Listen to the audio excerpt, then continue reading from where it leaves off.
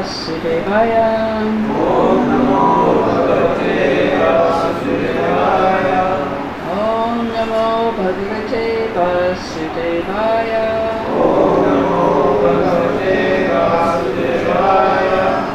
Om Namo Bhagavate Vasudevaya. Om Namo Bhagavate Vasudevaya. Hare Krishna. We are reading from Srimad Bhagavad Gita as it is, chapter number 3 entitled Karma Yoga, and text number 42.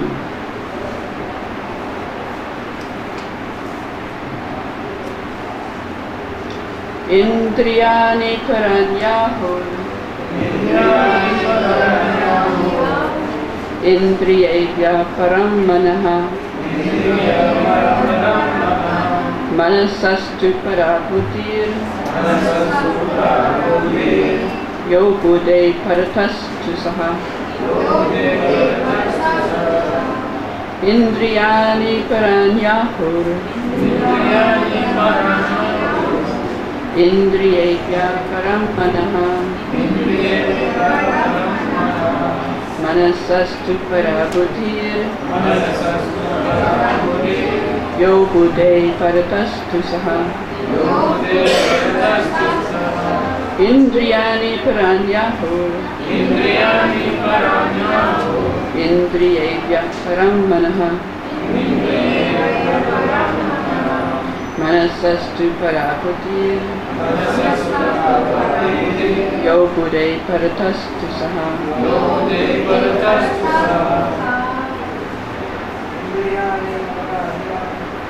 Indriyani paranyahur Indriyevya param manaha Manasastu parabutir Yo bude paratastu saha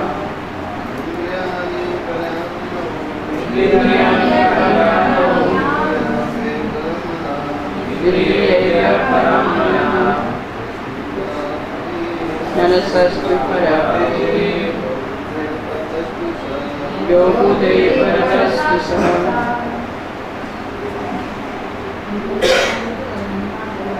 Indriyani paranyahur Indriyevya param manaha Manasastu parabutir Yo bude paratastu saha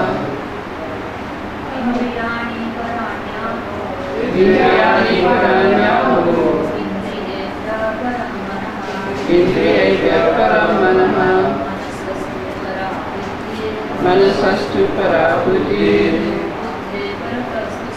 Yo bude paratastu saha Indriyani paranyahur Indriyevya param manaha Manasastu parabutir Yo bude paratastu saha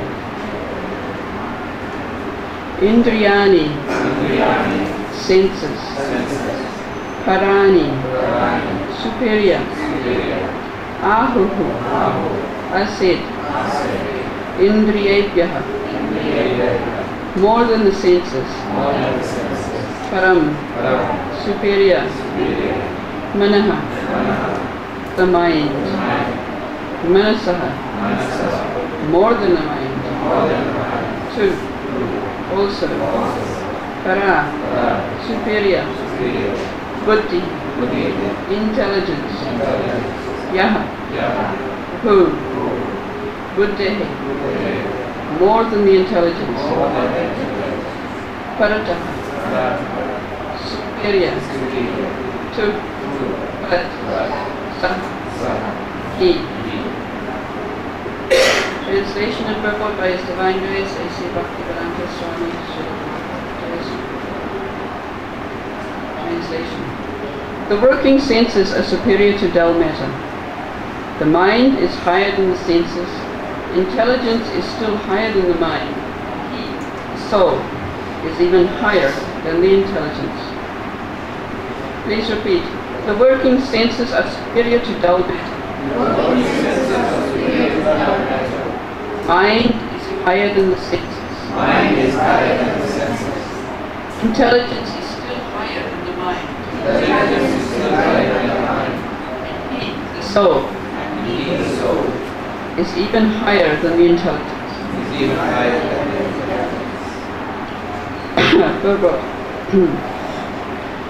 The senses are different outlets for the activities of lust.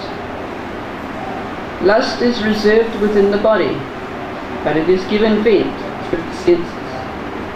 Therefore the senses are superior to the body as a whole. These outlets are not in use when there is superior consciousness or Krishna consciousness.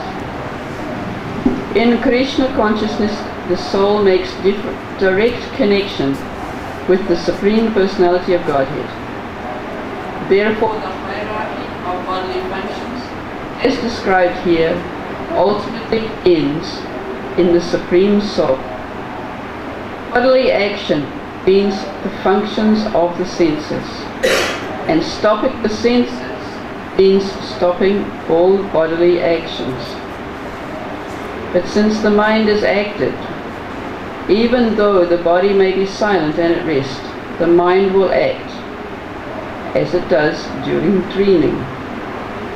But above the mind is the determination of the intelligence, and above the intelligence is the soul.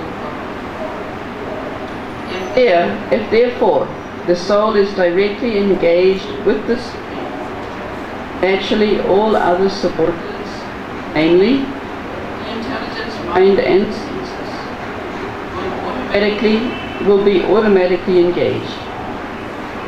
In the Katha Upanishad there is a similar passage in which it is said that the objects of sense gratification are superior to the senses, and the mind is superior to the sense objects.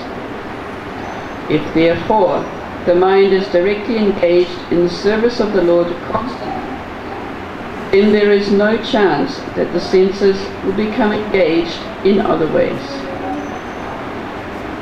This mental attitude has already been explained. Param drishpa nivartate. If the mind is engaged in the transcendental service of the Lord, there is no chance of its being engaged in low propensities. In the Katha Upanishad, the soul is described as Mahan, the great. Therefore, the soul is above all, namely the sense objects, the senses, the mind, and the intelligence. Therefore, directly understanding the constitutional position of the soul is the solution for the whole problem. With intelligence, one has to seek out the constitutional position of the soul and then engage the mind always in Krishna consciousness. That solves the whole problem. A neophyte spiritualist is generally advised to keep aloof from the objects of the senses. But aside from that, one has to strengthen the mind by use of intelligence. If by intelligence one engages one's mind in Krishna consciousness, by complete surrender unto the Supreme Personality of Godhead, then automatically the mind becomes stronger, and even though the senses are very strong, like serpents, they will be no more effective than serpents with broken fangs. But even though the soul is the master of intelligence and mind, and the senses also, still, unless it is strengthened by association with Krishna in Krishna consciousness, there is every chance of falling down due to the agitated mind. Om Jnana-timirandasya Jnananjana Shalakaya Chakshuran Militam Yena Sri Gurave Namaha Sri Chaitanya Manobhistam Stapitam Yena Bhutale Swayam Rupa Vandayaham Sri Guru Parikam Sri Rupam Sahagana Raguna Chandritam Tam Sajivam Sadvaitam Savadutam Parijana Samitam Shri Krishna Sagana Lalitam Shri Savadam Hey Krishna Parasindhu Dinando Jagate Gopesha Gopikanta Dr. Kancana Gaurani Radhe Vrindavaneshwari Vrishabhanu Sudevi Pranamami Panchakalpatarubhyascha Vipasindhu Patitanam Pavanebhyo Vaishnavebhyo Namo Namaha Jai Shri Krishna Chaitanya Prabhu Nityananda Shri Advaita Gadadhara Hare Krishna, Krishna Krishna, Hare Hare, Hare Rama, Rama Rama, Hare Hare. Indriyani paranyahur, indriyebhya param manaha, manasastu parabuddhir, yobuddhe paratastu saha. The working senses are superior to dull matter. The mind is higher than the senses.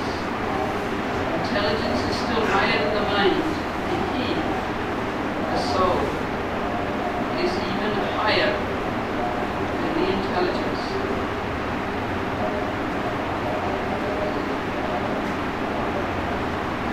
So this is coming to Krishna's conclusion on this chapter.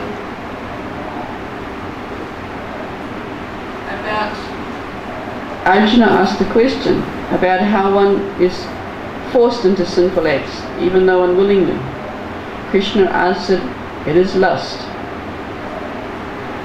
He explained that lust is seated within the body. Where is it seated? 3 places. Senses, mind, intelligence. So this senses, mind and intelligence, Krishna is talking about in this verse. And he's explaining how they relate to each other and the hierarchy of their importance. In the first beginning of the purport, Srila Prabhupada explains that because these senses are outlets for the lust, therefore the senses are higher than the gross body.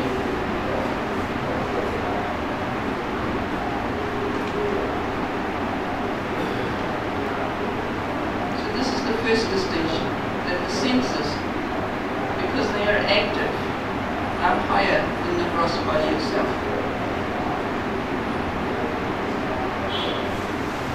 And Srila Prabhupada immediately takes us to the position of what it's like when one is in Krishna consciousness. He says these outlets, being the senses, are not in use when there is superior consciousness or Krishna consciousness. So immediately Krishna consciousness will solve our problem of lust.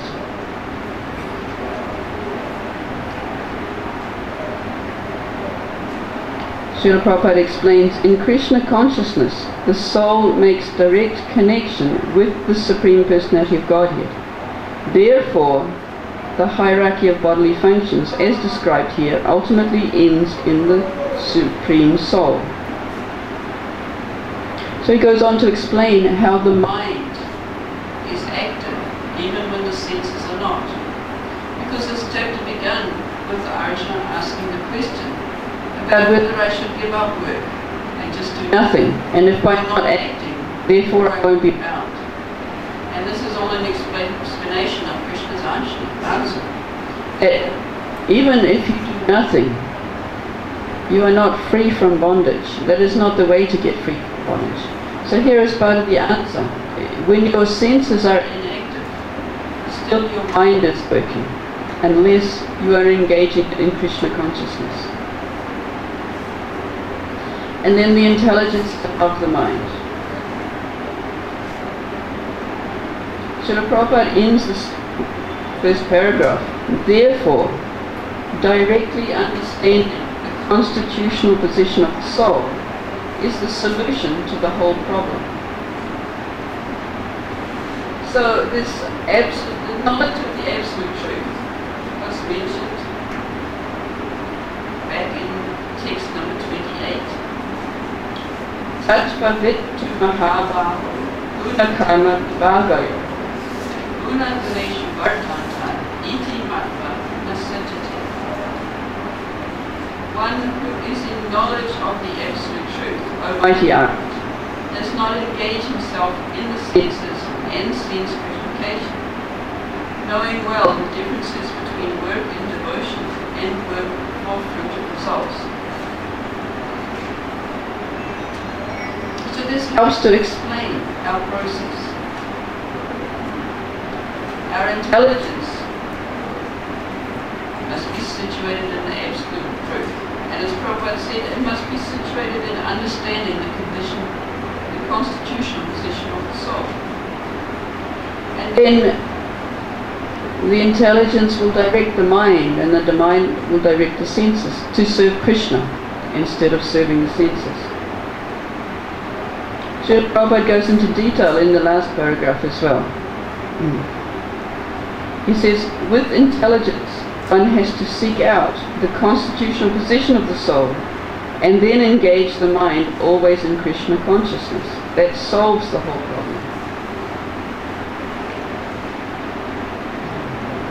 He says a neophyte spiritualist is generally advised to keep aloof from the objects of the senses. And we also have that, because it takes some time for us to come to a full understanding of absolute truth.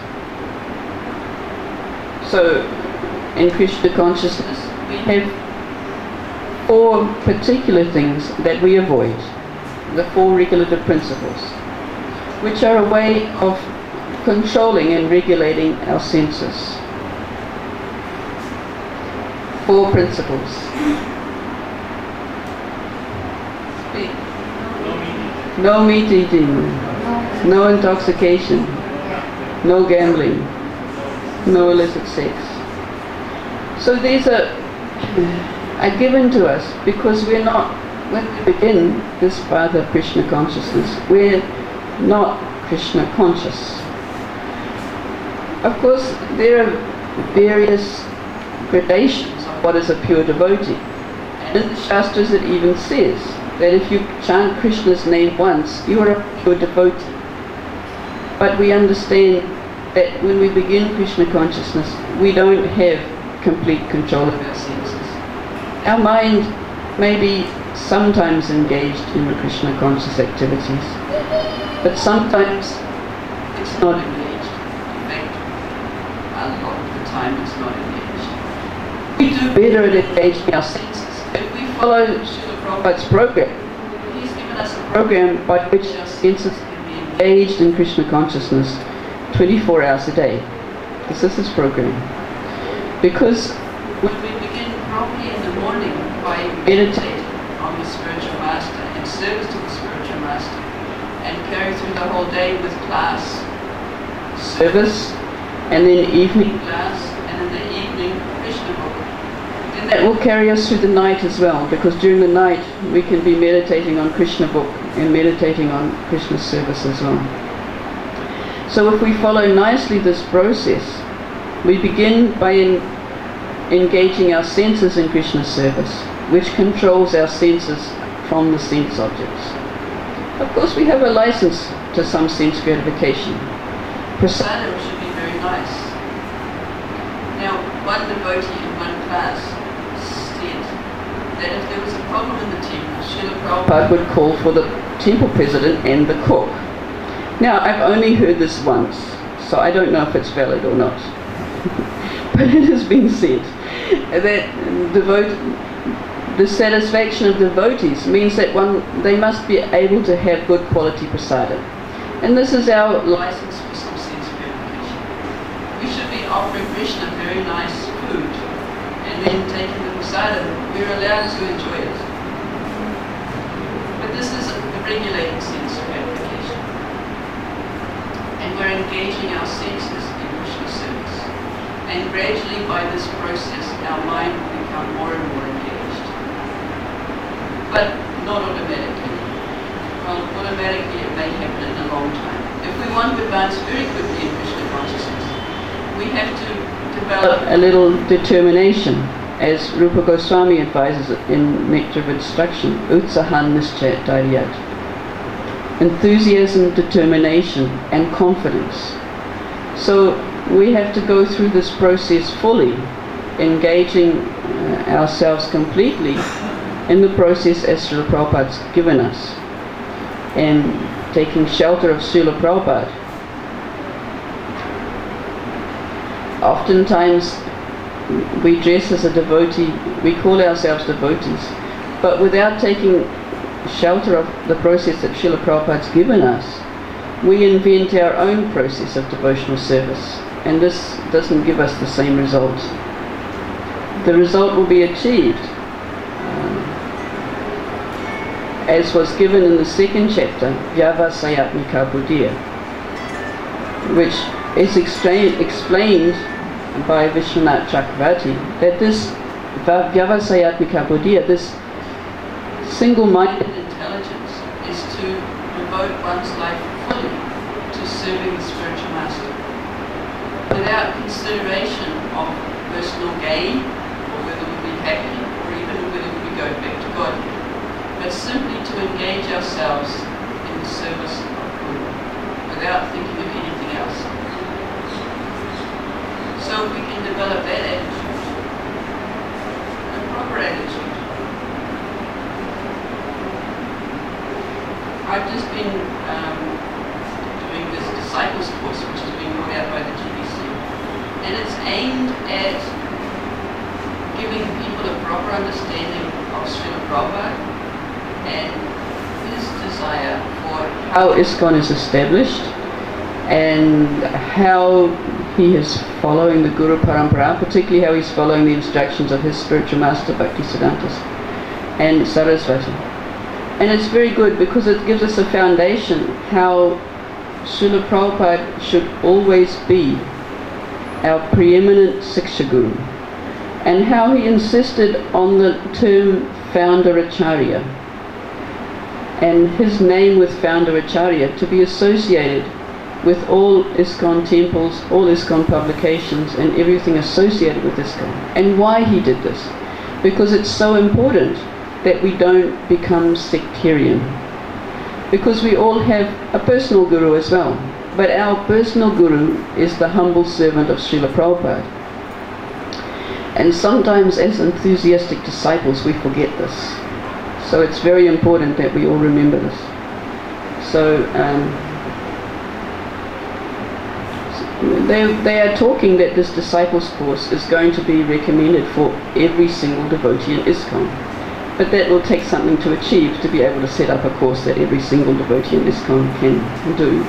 But anyway, I highly recommend it, and it's very good for helping us to understand how Srila Prabhupada established ISKCON, established the GBC, and established the system of multiple guru. In fact, he's quoted as saying he wants hundreds and thousands of gurus within ISKCON. And how he's also instructed that we should cooperate.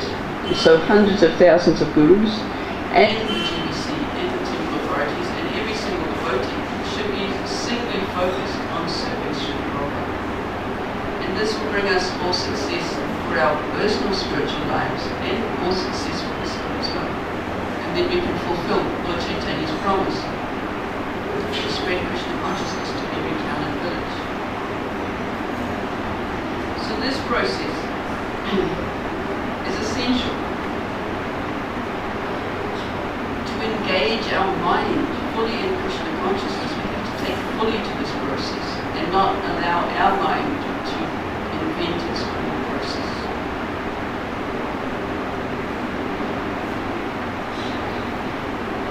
Aside from this, one has to strengthen the mind by use of intelligence.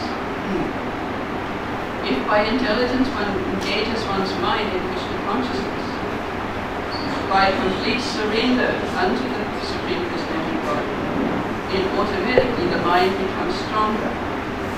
And even though the senses are very strong, like serpents, they will be no more effective than serpents with broken fangs.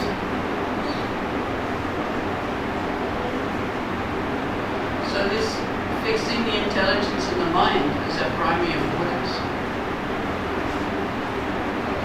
The key was mentioned in the previous report. Param just about environment.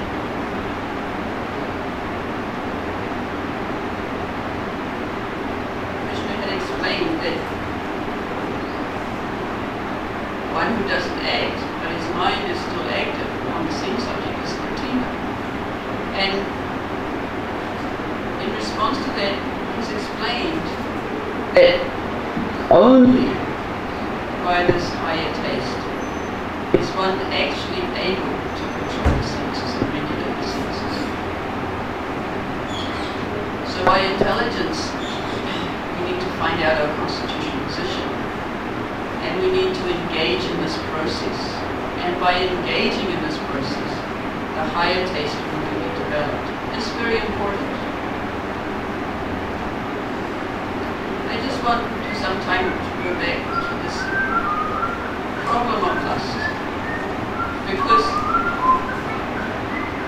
as Krishna has said, it's the all-devouring enemy. It's our eternal enemy.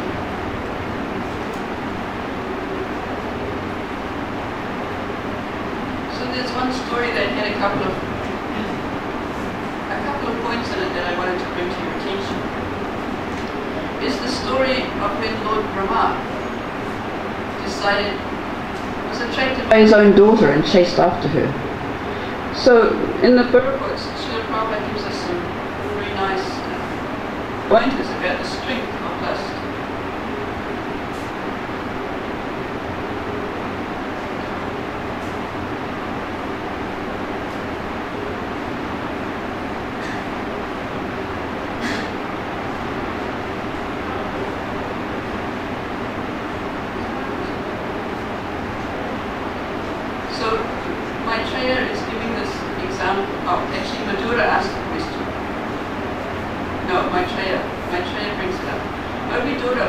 That Brahma had a daughter named Bak, who was born from his body and who attracted his mind towards sex, although she was not sexually inclined towards him. So in the purport, Srila Prabhupada makes an interesting comment. He says, it occurred in some kalpa, but it could not have occurred in this kalpa. Because in this kalpa, the Lord directly heard the 4 seed verses of Srimad Bhagavatam. Lord Brahma directly heard from the Lord the seed verses of Srimad Bhagavatam. And at that time, Lord Vishnu blessed Brahma, saying he would never be bewildered in any kalpa whatsoever. So he's saying that this must have happened before Lord Brahma heard Srimad Bhagavatam. This indicates that before hearing Srimad Bhagavatam, he might have fallen victim to such sensuality. But after hearing Srimad Bhagavatam directly from the Lord, there was no possibility of such failures. So there's an interesting hint to our strength in devotional service. The Srimad Bhagavatam, of course, if we hear properly, Lord Brahma heard it from Lord Vishnu himself. So we have to not just hear from the right source, but we have to hear properly, with the proper submissive attitude and service. Tadviri pranipatani, hari prashnena sabhaya. So surrender, service, and inquiry are all required if we want to learn. But if we approach the hearing of Srimad Bhagavatam in that way, then we've got some special mercy coming from Lord Vishnu. Srila Prabhupada also makes the point that this attraction is so strong that even Lord Brahma, the greatest personality in the universe, fell victim to it. Of course, in the previous purports, we have the examples of Vishwamitra and somebody else. Vishwamitra was the main one that Prabhupada. But this Lord Brahma is also interesting.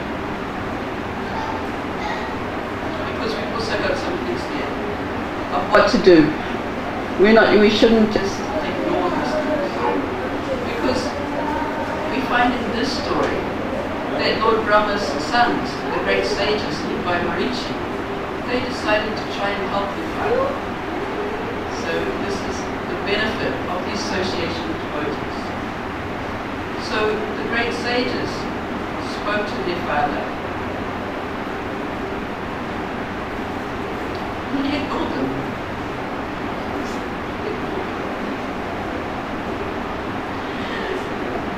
And following this, they had to decide what to do next. So then they prayed to the Supreme Lord himself. Tasmai namo bhagavate ya idam svena rochisa atmastam yanjayam asa sudharman atum arhati. Let us offer our respectful obeisances unto the personality of Godhead, who by his own effulgence, while situated himself, is manifested as cosmos. So, this was their result. They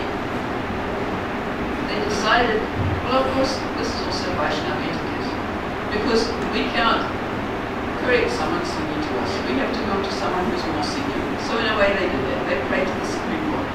Who else would be senior to Brahma? But when Lord Brahma saw this, he actually corrected himself. After that, he realized that if they were going to pray to the Supreme Lord, then perhaps he needed to take notice. But the purport is what I wanted to read to you. Lust for sexual intercourse is so strong that it appears herein that Brahma could not be dissuaded from his determination in spite of the appeal by his great sons like Marichi. Therefore, the great sons began to pray to the Supreme Lord for the good sense of Brahma. It is only by the grace of the Supreme Lord that one can be protected from the allurement of lusty desires.